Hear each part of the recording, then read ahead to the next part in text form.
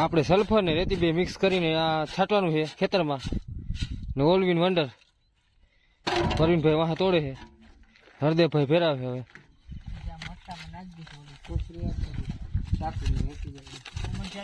હવે 2 કિલોની થેલી આવે ને ઓલી 15 કિલોની ડોલ આવે.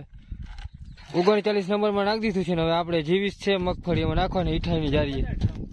આમાં બેનું મિશ્રણ કરી ટોલીમાં અને પાવડાથી ખાપ મારીને હલાવીને પછી છાંટી દેવાનું.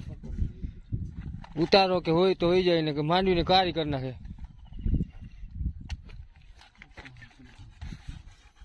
રેતી ભેગી ફેરવી દેવાની, ભીની રેતી પાંદડામાં ચોટે ને એટલે ભૂકી.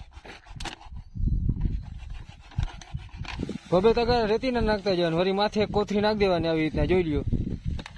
પછી ફેરવીને સરખી રીતે મિક્સ કરી અને છાંટી દેવાનું ખેતરમાં. બહુ ફાયદો કરે આ. જરાક મોંઘો આવે પણ વાંધો ના આવે, માંડવી બહુ કારી કરી દઈએ અને આમ ઉતારામાં સારી આવે, રેડું સારો ભરાયા નથી. એટલે એક ફેર ટ્રાય કરી ઓલવીન વંડર અને સલ્ફર બે મિક્સ કરીને માંડવીમાં પઠડામાં ગમે એમાં છાંટી શકો અને ભેજ હોય તો એ ઉપાડી લઈએ. આમ ખાપ મારી પાવડાથી સરખી રીતે મિક્સ કરી અને ખેતરમાં ઉડાડી નાખવાનું. તમારે પાંદડામાં પડે નહીં ધ્યાન રાખવાનું, લગભગ તો પડે નહીં પણ વાંધો ના આવે. સરખી રીતે મિક્સ કરીને નાખો તો વાંધો નહીં આવે. ઓલવીન વંડર ને સલ્ફર બે આપણે પડ્યા જ છે ડબલા આ રહીએ.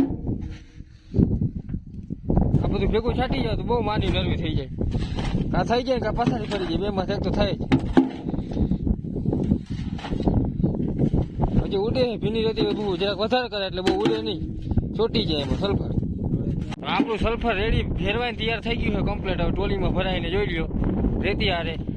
અહીંથી થોડીક રેતી આપણે વાવના કાંઠેથી ભરી અને નાખી એમાં ને આપણે 10-12 વીઘાનું છાંટવાનું બાકી રહી ગયું હતું તે ફેરવાનું છે. તે આપણે સલ્ફરની ડોલું બધું ભેગું જ લેતા આવ્યો, ઓલવીન વંડર ને સનેડો ને વાવના કાંઠે પાણી છે એટલે સુવિધા. પાણી ભીની કરી રેતી અને માંડવીમાં છાંટી દેવું આપણે જલ્દી. તો આપણે આજે સલ્ફર છાંટવાનું છે. સલ્ફર ને ઓલવીન વંડર તો ફેરવીને તૈયાર કર્યું છે જોઈ લ્યો. 3 ભાઈ આવી ગયા છે ડોલું લઈને છાંટવાનું છે માંડવીમાં. હરદેવભાઈ ફેરવે છે ટોલીમાં અને પરવીને આર્યો એ માથે કોથળી તોડી દેતો આવે છે એટલે ફેરવી છે બધા. ફેરવાઈને કમ્પ્લીટ થઈ ગયું. હવે આપણે છાંટી દેવું, ખાપ મારી હાવ રેડી થઈ ગયું છે જોઈ લ્યો. મિક્સ કરી નાખ્યું છે ખાતર.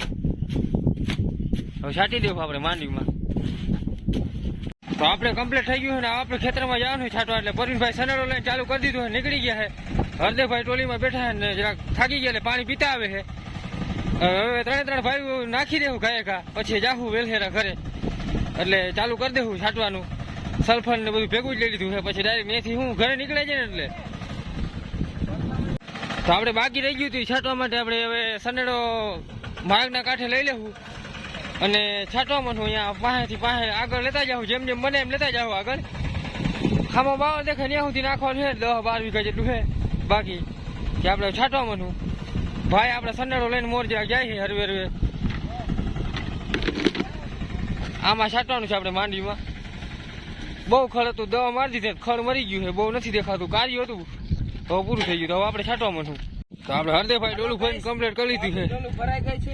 હવે આપણે જઈશું સલ્ફર છાંટવા. હવે આપણે સલ્ફર છાંટવા જાવ. હરદેવભાઈ એમ કહે છે જોઈ લ્યો સલ્ફર છે અને ઓલવીન વંડર છે બે મિક્સ કર્યું રેતીમાં. રેતીને ફૂલ ભીની કરી અને કેળવીને ગાડીયું બનાવી નાખ્યું છે. અને આપણા પગને સલ્ફર દઈ દીધું. હવે આપણે ડોલ લઈને છાંટવામાં છું ગાય. હાલો હાલો હરદેવભાઈ છાંટવા. હાલો પરવીનભાઈ છાંટવા. તો આપણે જાહું છાંટવા હવે ખેતરમાં.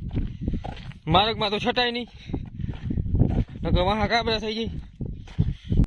તો આપણે હવે ચાલુ કરી દીધું ખેતરમાં છાંટવાનું. હરદેવભાઈ જાય છે મોર અને પાછા પરવીનભાઈ છે એ આવે છે છાંટા હરવે હરવે હરવે. આમાં ધીમે ધીમે ચાર લેતી જવાની પોણિયાની અને છાંટું જવાનું. ઉથલમાં ખાલી કરી દેવાનું ડોલ. 5 કિલો સલ્ફર રેતી મિક્સ કરીને લઈ લેવાનું, ભેગું કરીને જવા દેવાનું. છાંટીને પાછું આહેટે વળી પાછું ભરી લેવાનું. જે ટોલી રાખી છે આપણે પાસે એટલે ગાય છટાઈ જાય. આપણે છાંટવાનું પૂરું કરી નાખ્યું. હવે આપણે ઘર તરફ નીકળી ગયા. છાંટીને જાય છે, પૂરું થઈ ગયું છે છાંટવાનું. હતું અહીંયા સુધી હતું જો 22 સુધી છાંટવાનું. હાવ કમ્પ્લીટ છાંટી લીધું છે. બાકી હતું 10 વીઘાનું છટાઈ ગયું. હવે હરદેવભાઈ ને પરવીનભાઈ સનેડામાં જાય છે ને ટોલી આખી ખાલી કરી નાખી છે.